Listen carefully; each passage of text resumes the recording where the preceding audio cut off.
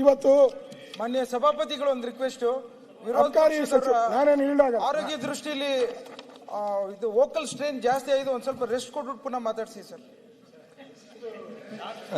Doctor ಅವರ ಸಲಹೆಯನ್ನು ಪರಿಗಣಿಸಲಾಗುವುದು. ಕೂತ್ಕೊಳ್ಳಿ. ಅಲ್ಲ ಡಾಕ್ಟ್ರೇ ಏನು ಮದ್ದು ಕೊಡ್ತಾರೆ ಅಂತ ಹೇಳಿದಾಗ ಅವ್ರು ಕೂತ್ಕೊಳ್ಳಿ ಕೇಳ್ತಾರೆ. ಇಲ್ಲ, ಅವ್ರ ಸ್ನೇಹಿತರಾಗಿ ಹೇಳಿದೆ ಸರ್ ಅಷ್ಟೇ. ಏನಂದ್ರೆ ಬೆಳಗ್ಗೆನು ಪಾಪ ಮಾತ್ರೆ ತಗೋತಿದ್ರು, ಒಂದ್ ಸ್ವಲ್ಪ ರೆಸ್ಟ್ ಕೊಟ್ರೆ ವೋಕಲ್ ಸ್ಟ್ರೈನ್ ಇರೋದು ಒಂದ್ ಸ್ವಲ್ಪ ರಿಲೀಫ್ ಆಗುತ್ತೆ ಸರ್. ಅದಕ್ಕೆ ರಂಗನಾಥ್ ಡಾಕ್ಟರ್ ಹೇಳಿದ್ರೆ ಸಜೆಷನ್ ಕೊಡ್ತಾರೆ. ರಂಗನಾಥ್ ಪದೇ ಪದೇ ಡಿಕೆ ಪರವಾಗಿ ಮಾತಾಡ್ತಾ ಇದ್ರು. ಕಷ್ಟ ಆಗಿದೆ ಬೆಳಿಗ್ಗೆ. ಪರವಾಗಿಲ್ಲ, ಈಗ ನನಗೂ ಸಪೋರ್ಟ್ ಮಾಡ್ತಾರೆ. ಬೆಳಗ್ಗೆಯಿಂದ ತಾವು ನನಗೆ ಮೆಡಿಸಿನ್ ಕೊಟ್ರಿ.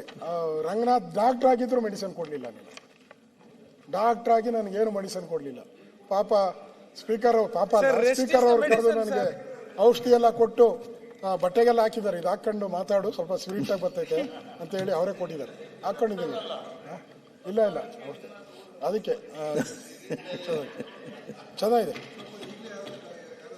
ಹೆಲ್ತ್ ಮಿನಿಸ್ಟರ್ ರೆಡಿ ಆದ್ರು ನೋಡಿ.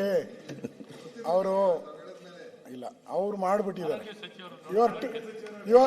You are too late. ನಾಳೆ ರೆಡಿ ಆಗ್ಬೇಕು ನೀವು. You are too late. ನಾಳೆಗೆ ರೆಡಿ ಆಗಿ. You are too late.